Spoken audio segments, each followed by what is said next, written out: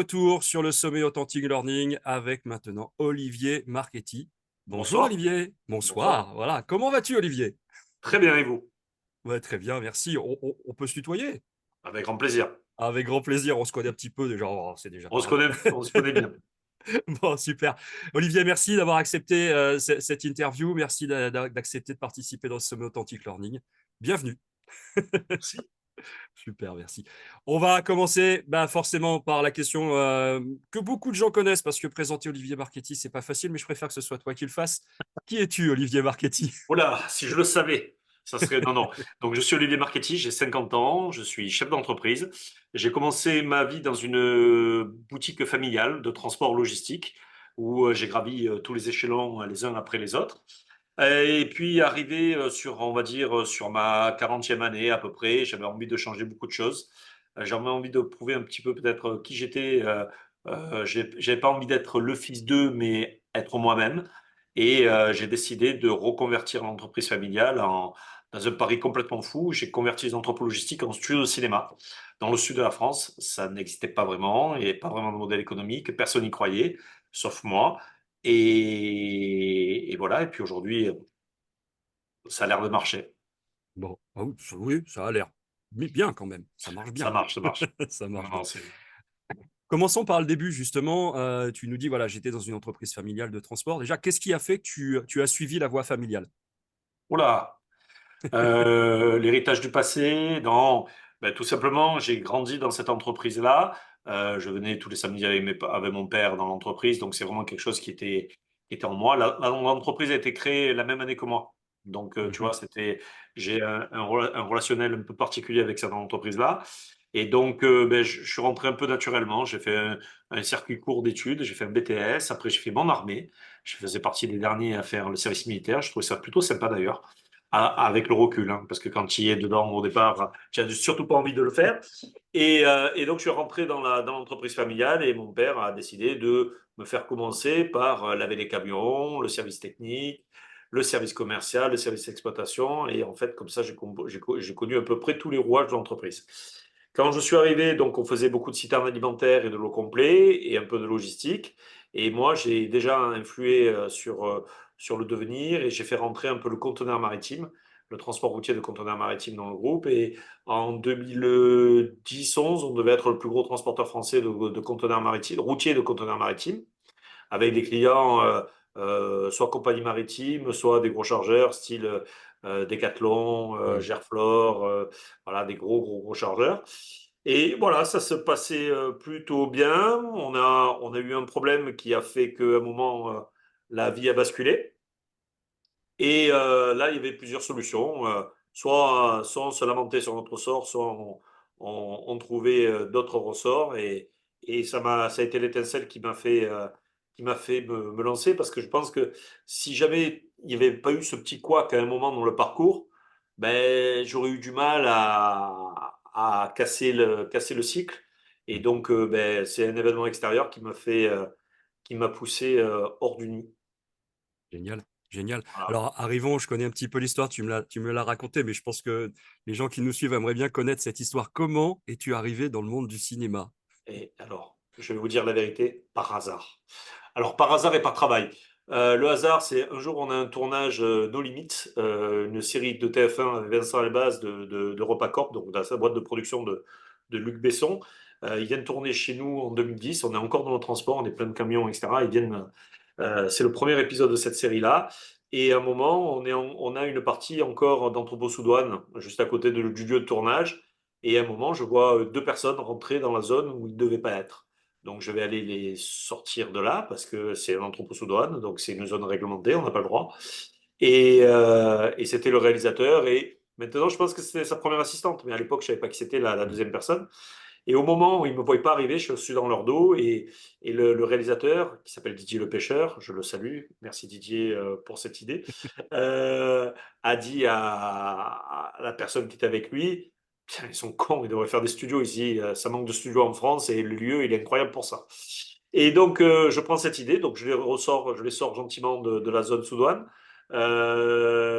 et puis je commence à poser des questions à l'équipe. Et ouais, et puis l'équipe, ils disent: «Oui, on est bien ici, c'est cool, c'est cool, c'est cool». J'avais déjà envie de changer, donc ça, c'était avant le petit couac. Donc j'avais déjà envie de changer de vie et je commence à me renseigner, c'est quoi un Mmh. studio? Comment ça marche? Les studios français, les studios américains, beaucoup de choses et au fur et à mesure, donc à force de poser des questions, j'ai rencontré du monde, j'ai rencontré de plus en plus de monde, c'était un peu cette dynamique-là qui était lancée et en 2013 mars 2013, l'une des personnes que j'avais interrogées, qui était le directeur de production de cette série-là, me téléphone, c'est la fin du mois, il me dit, voilà, c'était un vendredi. Olivier, oui, voilà, tu m'as posé beaucoup de questions, on est venu tourner il y a 2 ans chez toi, tu m'as posé, j'ai cru comprendre que tu avais envie de faire des studios de cinéma. Voilà, le Grand Port de Marseille vient de nous virer de l'endroit où on est, où on avait notre installation, c'était à la forme 10. Donc on est à la rue, tu nous accueilles? J'ai dit: «Ouais, ouais, je vous accueille». «Quand?» «Lundi» et je regarde le calendrier, c'était le 1er avril, c'était un 1er avril. Donc je leur dis: «Vous êtes des comiques dans le cinéma, hein, c'est bien, hein?» Elle me dit: «Non, non, c'est une voilà, il nous faut un lieu, donc on peut venir chez toi» et donc ils sont arrivés le 1er avril. Voilà, ils ont commencé, donc je leur ai dit: «Mettez-vous à gauche de l'entrepôt», ils sont allés à droite. J'aurais dit: «Mettez-vous, faites ça», ils ont fait autre chose. Bon, j'ai compris que ça allait être compliqué, mais c'était tellement bienveillant, c'était tellement dans le sens de l'histoire que finalement ça s'est bien passé. Le tournage, de la saison 3 de No Limites s'est passé ici. Ça a été, incroyable, vraiment. Mmh. Incroyable pour nous, incroyable pour eux apparemment. Donc, ils ont tous parlé: «Ouais, c'est génial, nin nin nin nin» et puis, un parti sur une autre production, il en a parlé au directeur de production qui m'appelle, il dit: «Oui, apparemment, vous avez des solutions pour nous, vous pouvez» donc là, on a fait Les Disparus du lac, pour TF1, ensuite on a fait, Père-Fils Thérapie et ensuite on a fait, Les Tuches. Voilà et la machine a commencé à s'emballer parce que en fait, on a essaimé par rapport à tous les techniciens, il y a beaucoup de techniciens sur les plateaux et à Mmh. partir du moment où ils se sentent bien, ils en parlent et puis, bouche à oreille. Alors ce qui va donc ça va très vite pour le développement, mais ça peut aussi très vite dans l'arrêt d'un projet, parce qu'il suffit qu'il y ait une mauvaise expérience pour que ça s'arrête, de manière assez rapide. Mais bon, on a eu la chance, on n'a pas eu ces problèmes-là et donc voilà, les choses se sont développées petit à petit et jusqu'au jour où, un producteur parisien décroche son téléphone, le téléphone me dit: «Voilà, je m'appelle UGC, j'ai un gros film qui s'appelle Gaston Lagaffe, mais nous, on a besoin de studios insonorisés, on a besoin d'un vrai outil, on n'a pas besoin d'une friche industrielle. Vous avez ça?» et je sais pas pourquoi, j'ai dit: «Oui». Je n'avais pas tout ça. J'avais une friche industrielle, j'avais des entrepôts logistiques qui n'étaient pas insonorisés, qui n'avaient pas tout ça. J'ai dit: «Oui», il me dit: «Je peux venir vous voir?» Je dis: «Ouais», donc il vient me voir, on visite, il me dit: «Non mais c'est pas ça». Je dis: «Non, mais vous en faites pas, on va le faire». Voilà, un peu le commercial de base qui ressort, mais avec un vrai credo quand même, avec une vraie force et donc il me dit: «Beh, voilà, moi j'ai besoin de ça, ça, ça, ça, ça et ça». Je commence à faire des études, je commence à faire des devis et il me dit: «Voilà, par contre, moi, je ne peux pas vous signer le bon de commande maintenant. Mmh. Je suis vraiment très intéressant. Bon, le dossier n'est pas validé à 100%, mais il y a des chances». OK, donc moi, je vais voir, mes parents, le groupe, j'ai dit: «Voilà, il faut qu'on investisse dans les studios, donc on va prendre cette zone-là, on va transformer ça en studio». On fait un peu tapis vert, hein, on fait même carrément tapis vert. Tout le monde me dit: «Tu as signé?» «Ouais, ouais, c'est bon, c'est acquis», et cetera. Non, il y avait rien du tout d'acquis. Et on construit les studios. Construit le studio et la décision et UGC, je rappelle UGC: «Bon, on signe quand? On signe quand? On signe quand?» et le truc était décalé, décalé et en fait, il m'avait expliqué que la deadline, c'était pour partir en production, c'était le 1er décembre et que s'il n'avait pas eu de réponse au Mmh. 1er décembre, ça serait un peu compliqué. Donc 1er décembre, j'ai rien eu, pas eu de réponse. Et donc j'étais un peu navré parce que il fallait que j'allais expliquer à tout le monde pourquoi j'ai fait cette erreur-là. Et en fait, je me rappellerai toujours, c'était le 2 décembre, un samedi midi, chez moi, j'étais à table, 13h, mon téléphone sonne, je vois le nom du Benjamin Hayes, voilà, c'est le nom de la personne de chez UGC. Il me téléphone: «Oui, allô Olivier, excuse-moi, j'ai eu beaucoup de problèmes et cetera, je ne sais pas comment te le dire». J'ai dit: «Ben ouais, c'est bon, vous venez pas, vous venez pas». «Ah si, si, non, non, on vient!» Et là, alors je vais être très honnête, j'ai posé mes valises. Euh, je crois même que ouais, je peux avouer que j'ai eu Verser une petite larme. des larmes qui sont sorties un petit peu du truc parce que pour moi c'était important, c'était un pari, etc.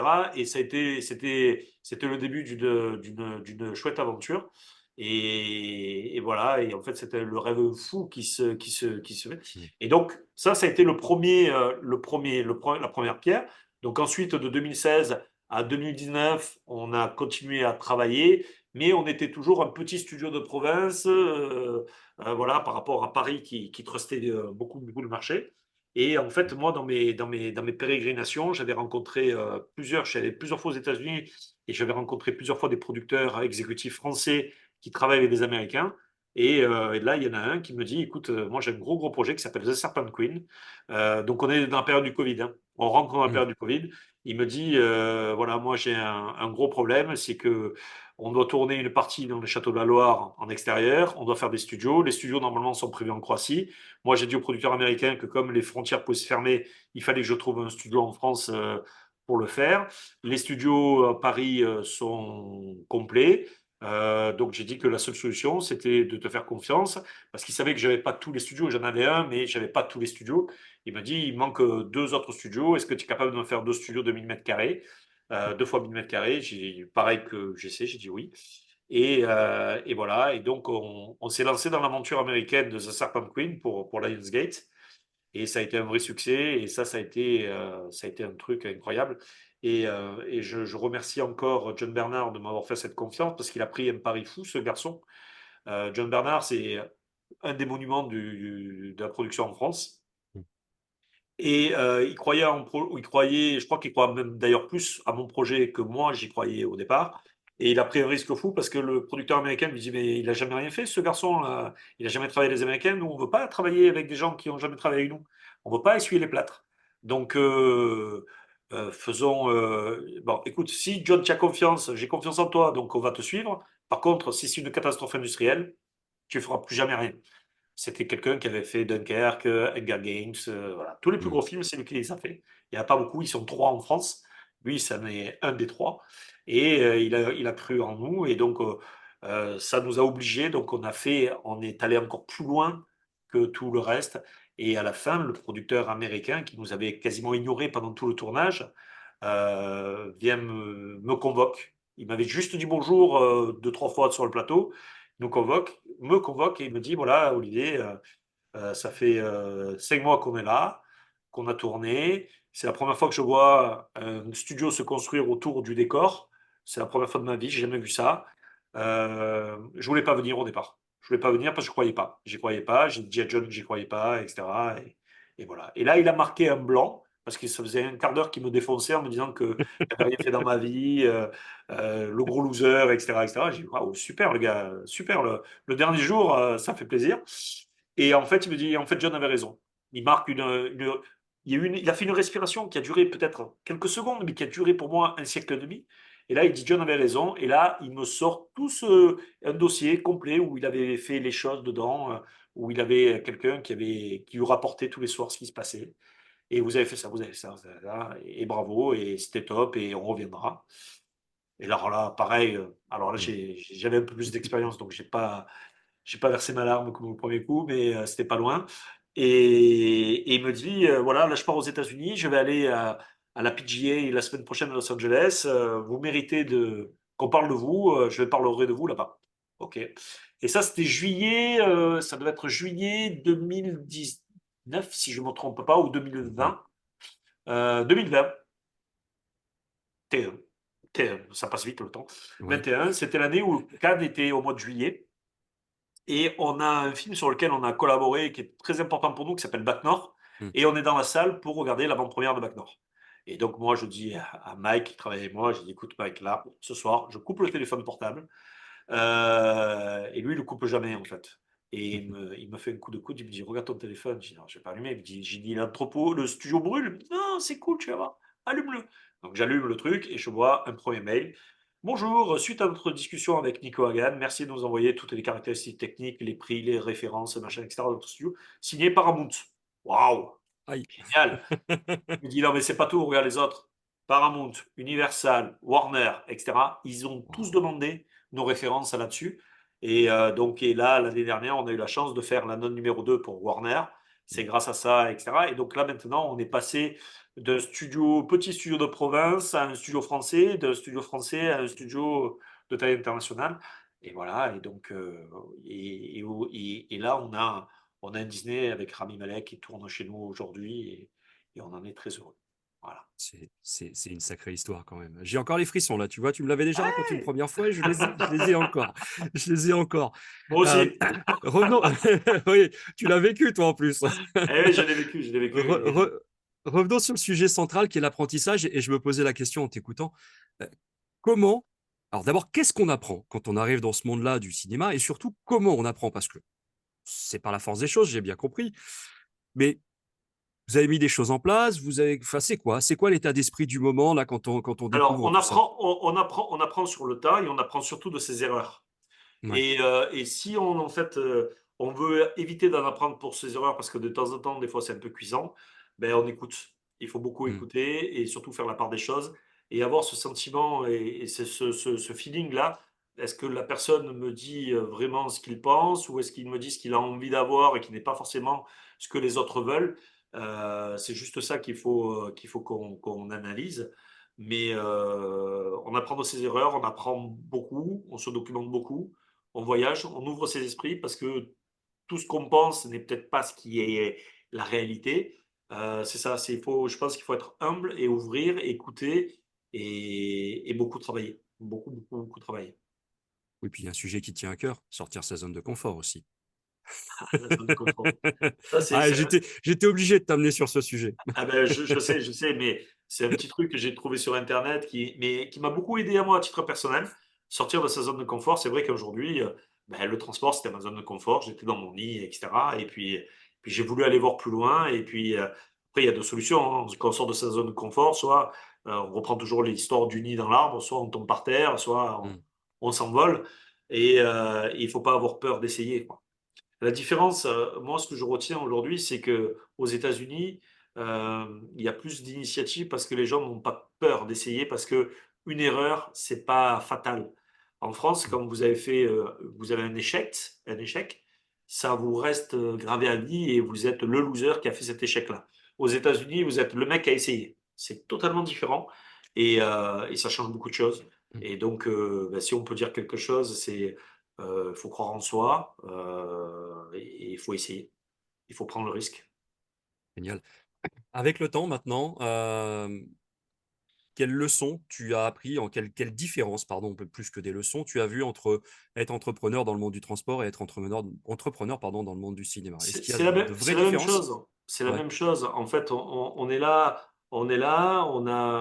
a des collaborateurs, des salariés, on a des clients, on a un socle législatif et il faut naviguer entre tout ça. C'est les mêmes choses. C'est pas tellement différent. En fait, on change de registre, on change de typologie de clientèle, on change beaucoup de choses. Mais Mm. on reste toujours des chefs d'entreprise et ça, c'est important. Mais je sais pas, les gens me disent: «Ah, tu as fait un virage à 180 degrés». Non, j'ai fait un virage, j'ai changé de typologie, mais j'ai pas fait un virage à 100. Je fais toujours du service, je fais toujours de la location d'espace, je fais toujours, beaucoup de choses que je faisais. Sauf que c'est un secteur qui est un peu plus, qui est pas plus facile, qui est pas plus facile, mais, qui est plus il y a plus d'argent déjà. Il y a plus d'argent, donc les choses sont un peu moins, même si ça commence à se durcir et peut-être l'avantage que j'ai moi par rapport à d'autres confrères, c'est que moi je sais ce que c'est déjà les cost killers, les réductions de Mm. coûts, j'ai grandi là-dedans. Donc je sais peut-être un peu plus ce que c'est d'essayer de respecter le compte d'exploitation de son client et voilà, c'est peut-être pour ça qu'on performe un peu plus que les autres, parce qu'on essaie de trouver les solutions pour nous, mais aussi pour nos clients. Tu Voilà. performes, tu innoves aussi, parce que il y a quand Oui, même pas mal d'innovations. Je ne sais mais pas si tu peux nous en parler, oui, oui, pas tous ben, les en fait, secrets, mais quand j'ai créé Pro Studio, j'ai voulu le créer avec, avec plusieurs axes et plusieurs fondements forts, le côté international, le côté technologique et le côté écologique, parce que en fait, je sentais un petit peu que l'écologie devenait quelque chose de très prégnant en France et aussi à l'international, que la technologie était en train de faire une rupture technologique avec le numérique, qui était en train de changer le métier du cinéma. Et donc, c'est toujours plus simple d'innover quand on est nouveau. Mm. Ce qui est dur aujourd'hui dans les entreprises, c'est de vieillir et de pas vouloir changer, ce qui fait qu'à un moment, on est complètement décalé par rapport à son marché. Et nous, en temps nouveau, ben, en fait, on s'est pas calé au marché d'aujourd'hui, on s'est calé au marché de demain. Et donc aujourd'hui, on est pile poil dans la plaque de tout ce qu'il faut faire. Et c'est un gros avantage pour nous. Ouais. Donc au niveau technologique, on a des écrans LED qui nous permettent de tourner tous les extérieurs du monde entier à Martigues. La technologie, elle est assez dingue, hein. C'est la Mm. technologie qu'a développé Disney pour faire The Mandalorian. C'est le studio Volume. Et ensuite, l'écologie, panneaux photovoltaïques sur les toits, des animaux qui font l'éco-pâturage, récupération d'eau de pluie. Et on fait tout pour que aujourd'hui on arrive à revaloriser plus de 82% de nos déchets, ce qui est assez incroyable et qui en fait de nous, c'est une vraie force. C'est une vraie force aujourd'hui. Voilà. Et ça a un impact. Vous êtes lauréat France 2024, si je ne me trompe pas. Ça a un impact aussi Alors, forcément c'est France social sur 2030. la région. Voilà, 2030, pardon. c'est France, 2024, c'est c'est le les JO. projet. Oui, Autant pour moi. ouais, non, mais c'est pareil, c'est pareil. On a été lauréat avec deux projets dans France 2030, avec les projets de l'État, de la Caisse des dépôts, du CNC. Mm. Voilà, on a eu cette chance-là, parce que, en fait, tout simplement, on a été un peu en avance sur notre temps et tout ce qu'ils ont demandé, on le faisait déjà. Mm. Donc voilà. Et donc oui, on va continuer à développer. Et puis aujourd'hui, la région sud, c'est quand même une région où il y a du soleil, il y a des espaces. Paris est resté très longtemps le centre névralgique du cinéma. 80% des tournages étaient à une époque en région parisienne. Mm. Aujourd'hui, c'est plus le cas. Ça, les parts de marché, elles sont un peu parties en région, surtout dans la région sud, aussi en Occitanie. Et ici, on offre des coûts moins chers, on a l'immobilier moins cher qu'en région parisienne. Voilà, donc après, mais on n'est pas Paris. Paris, il restera toujours devant nous parce que c'est le lieu que tous les étrangers veulent. Quand Tom Cruise veut faire une mission impossible, il veut le faire sur Champs-Élysées, il veut pas le faire sur Canebière. Quoique, on peut lui proposer. Allez, on peut lui proposer. Voilà, Allez, on va essayer de lui pourquoi pas. proposer. Mais voilà. Ouais, c'est génial. C'est génial. Euh, dans ton poste, dans ta position, qu'est-ce qui a évolué toi aussi au fur et à mesure et justement en rentrant dans ce milieu-là? Comment tu vois ton évolution et ton apprentissage personnel en fait, clairement? Je suis pas clair? Si, c'est très clair, mais la question est tellement large. Euh, Moi, j'ai pas l'impression. Alors, j'ai évolué, sûrement. Ouais. Moi, j'ai pas cette impression-là parce qu'en fait, les choses sont faites un peu naturellement. Euh, mais, euh, mais je pense qu'aujourd'hui, écouter, se renseigner, ah bah, trancher, hein, puisque un chef d'entreprise, c'est lui qui a le final cut et qui doit à un moment trancher, mais s'inspirer, écouter et prendre le temps de la réflexion. Avant, on faisait les décisions un peu de manière un peu, pas impulsive, mais on sentait les choses, on avait le feeling. Et aujourd'hui, le feeling ne suffit plus. Il faut, euh, il faut avoir des chiffres, il faut vraiment avoir une armée, pas une armée, mais vraiment un encadrement fort derrière parce que tout se financiarise, tout se judiciarise. Il faut des gens, il faut lire 50 fois les contrats, il faut refaire 50 fois les BP. Les plans de trésorerie changent aussi beaucoup. Ce qu'on faisait, la gestion de bon père de famille qu'on avait avant ne suffit plus. Aujourd'hui, il Mm. faut vraiment un pilotage. Et ouais, alors ça détache un peu du terrain, hein. C'est ça qui est malheureux. Faut bien garder les pieds dans le terrain pour pas faire, pas trop grossir non plus. Mais aujourd'hui, c'est ça. Aujourd'hui, on est plus dans la stratégie, dans la financiarisation et dans le juridique que dans l'aspect commercial et développement. Ouais. Oui, c'est Je ça. regrette, Ça, hein, c'est une parce vraie. que moi, ce qui me Ouais. plaît, c'est développer et c'est le commerce. C'est être sur les Oups. plateaux, être avec les techniciens qui construisent des décors, c'est ça qui me plaît. Mais bon, aujourd'hui, voilà, il faut qu'on s'adapte. Les rançons de la gloire, ça fait partie de l'évolution. On va Bon, dire je ça sais pas comme si ça. c'est. Alors, les gens me disent, ouais, c'est magnifique, c'est merveilleux, tu as réussi. Non, je pense que. Alors, ça, c'est un truc très sincèrement qu'il faut dire. Je pense que le terme réussite, c'est pas, ça n'existe pas en fait. Ça n'existe pas vraiment. Parce qu'on a toujours envie d'aller plus loin et plus haut. Et je pense que la réussite, c'est quand même un dossier bouclé. Et en fait, l'entreprise, elle n'est pas bouclée. Ou alors, si elle est vendue et que quelqu'un est passé de zéro et qui fait 200 millions qui vend sa boîte de 100 millions, il a réussi, bien sûr. Mais je pense qu'un vrai chef d'entreprise, il n'a pas envie de vendre sa boîte, il a juste envie de la voir se Mm. développer avec ses propres valeurs. C'est ça la réussite. Et aujourd'hui,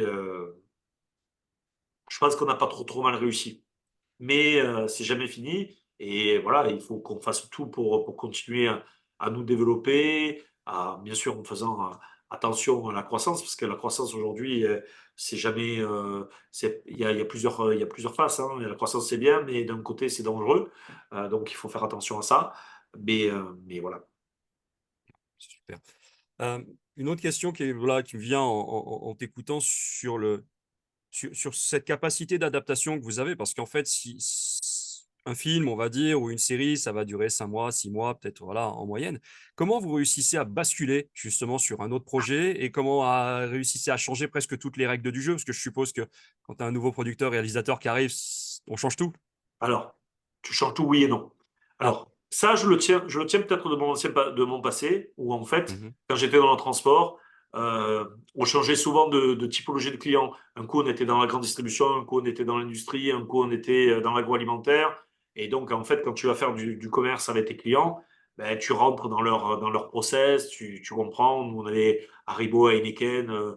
J'ai visité l'usine de fabrication du bonbon, j'ai visité l'usine Heineken, j'ai visité Airbus, à l'époque c'était Eurocopter. Ouais, tu vois, mm, j'ai eu la chance.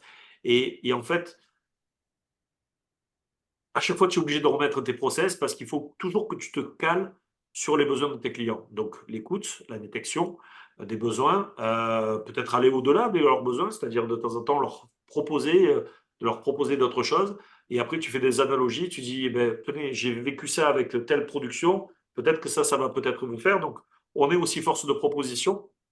Après, on n'est pas producteur, hein, on n'est pas réalisateur, on reste dans notre métier qui est l'industrie technique, mais on peut donner quelques idées, quelques pistes. Après, les gens, ils prennent ou ils prennent pas. Et comment on a réussi à s'adapter? Ben, en étant proche, en étant mm, le matin avec les techniciens qui te disent ah ouais, Olivier, tu vois, si tu fais ça, ça nous aiderait. Et pas considérer uniquement que le producteur qui a besoin d'avoir un bureau climatisé, mais réfléchir de la chaîne de A à Z. Parce que si jamais tu ne focalises que sur une partie de la chaîne qui est peut-être tes clients, le producteur, le réalisateur, en les mettant bien, etc., et que les autres vivent l'enfer, mm. ton tournage ne passe pas bien. Donc, c'est ouvrir le spectre, analyser toute la chaîne, que tout le monde soit bien dans la chaîne. Et quand tout le monde est bien sur la chaîne, là, on a vécu un tournage assez exceptionnel avec La Nonne, avec un réalisateur américain qui s'appelle Michael Chavez. Euh, En fait, il a, il a fait une interview la dernière fois à Variety à Los Angeles. Il a dit que c'est le meilleur moment. Alors, on l'a pas payé, hein, mais il a dit que c'était le meilleur moment de sa vie, c'était le tournage le plus dingue de sa vie. Et en fait, quand tu interroges les constructeurs, les peintres, tout le monde te dit c'est un tournage incroyable. Il y avait une ambiance, il y avait une énergie, il y avait quelque chose de fou. Et tout ça, ça fait qu'à un moment, ben, le film a fait 300 millions au box-office. Et c'est et tu le retournes. Alors que quand il y a des films compliqués, etc., tu te dis, waouh, quand le film part mal, normalement, tu sais qu'il ne va pas marcher au box-office. Donc, nous, on a aussi un indicateur Mm. comme ça. C'est assez dingue, mais voilà, quoi. C'est comme ça. Non, c'est génial. Les projets, les projets de Provence Studio, je sais qu'il y en a quelques-uns officiels. C'est quoi la suite? Ah ben, on va développer. Donc, on est né à Martigues. On va grandir à Marseille, Hmm. mais pas que. On a des projets juste à côté, à Port-de-Bouc, on essaie d'installer des grosses boîtes de manière pérenne ici. On va créer une rue. Après, malheureusement, j'ai signé beaucoup d'NDA, donc il y a plein de projets C'est- qui nous excitent de manière très forte, mais j'aimerais vous en parler, mais bon, on peut pas. Bon, il y a de l'évolution, on grandit, tout en Il y a de restant l'évolution, maîtrisé. il y a de l'évolution et voilà. Et puis c'est un secteur. Aujourd'hui, on est dans l'ère de l'intelligence artificielle où on nous dit, bien sûr, il y a des métiers qui vont être détruits. Nous, on est dans un métier qui est plutôt, même si les scénaristes ont peur de ChatGPT, même si on a Mm.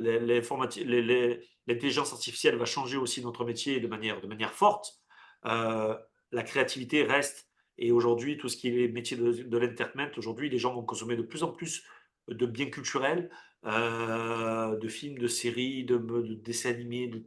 Et donc, on est dans une phase, on est dans un marché plutôt en croissance qu'en récession. Et c'est vrai que moi, je n'avais pas connu ça, les extensions de marché, je n'avais pas forcément connu ça. Et c'est plutôt très agréable. Après, il faut faire attention, il faut garder les deux pieds sur terre, la tête froide et continuer comme ça. Mais moi, s'il y a des gens et je sais qu'il y a plein de gens qui nous regardent et qui veulent peut-être se dire, est-ce que euh, moi, il y a un truc, je vais vous faire une confidence, il y a un truc qui est assez dingue. Souvent, je reçois des parents qui me disent, mais c'est un métier de certain manque. C'est sérieux comme métier? Mm. Alors, je vous dis, oui, c'est très sérieux. On bosse beaucoup. Les gens gagnent de l'argent. J'ai jamais vu des bosseurs comme ça. Les gens, ils ont une vision d'épinal, des intermittents un peu oisifs, branleurs. Désolé pour le terme, oisifs. Pas du tout. J'ai jamais vu des mecs bosser comme ça. Ça embauche. Et nous, l'un de nos problèmes, de nos problématiques aujourd'hui, c'est de trouver des techniciens pour pouvoir accueillir d'autres films. Donc, on est là en train d'essayer de favoriser la formation pour créer nos techniciens de demain. Donc, voilà, donc on élargit le spectre de ce côté-là. Et justement, quel conseil tu donnerais à quelqu'un qui veut se rentrer dans ce métier-là? Au-delà du fait qu'il faut bosser, ça, on l'a bien compris, c'est sûr. Puis bon, Ah ouais, je non, pense dans beaucoup de boulots comme ça, donc c'est pas spécifique au cinéma. alors, je vais dire, ouais, bien sûr, dans tous les boulots, c'est la même chose. Bosser l'anglais, c'est la base.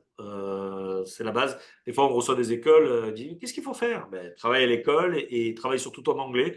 Parce qu'aujourd'hui, je vois que c'est un peu le frein qu'on a de temps en temps. Même moi, des fois, je galère un peu. Donc, j'essaie de travailler ça aussi. Mais bon, à 50 ans, c'est toujours plus difficile qu'à, qu'à 10 ou 15 ans, quoi. Voilà. Mais le conseil, c'est d'être curieux. Je pense qu'en fait, la force c'est la curiosité, de regarder, de se renseigner et de ne pas avoir peur de sortir de sa zone de confort. Je te renvoie à l'ascenseur. Je Il faut pas prends. avoir peur. Il faut pas avoir peur. Il faut pas avoir peur de se tromper et de se planter. C'est voilà, la vie est longue, donc une erreur, c'est rien. Et à la limite, la seule erreur qu'on peut commettre, c'est de ne pas faire d'erreur. Ça veut dire qu'on n'a rien essayé. Voilà. Génial, génial. Merci Olivier. J'ai une dernière question parce que c'est la question que je pose à toutes les personnes qui ont Aïe. participé au sommet. Elle est relativement simple.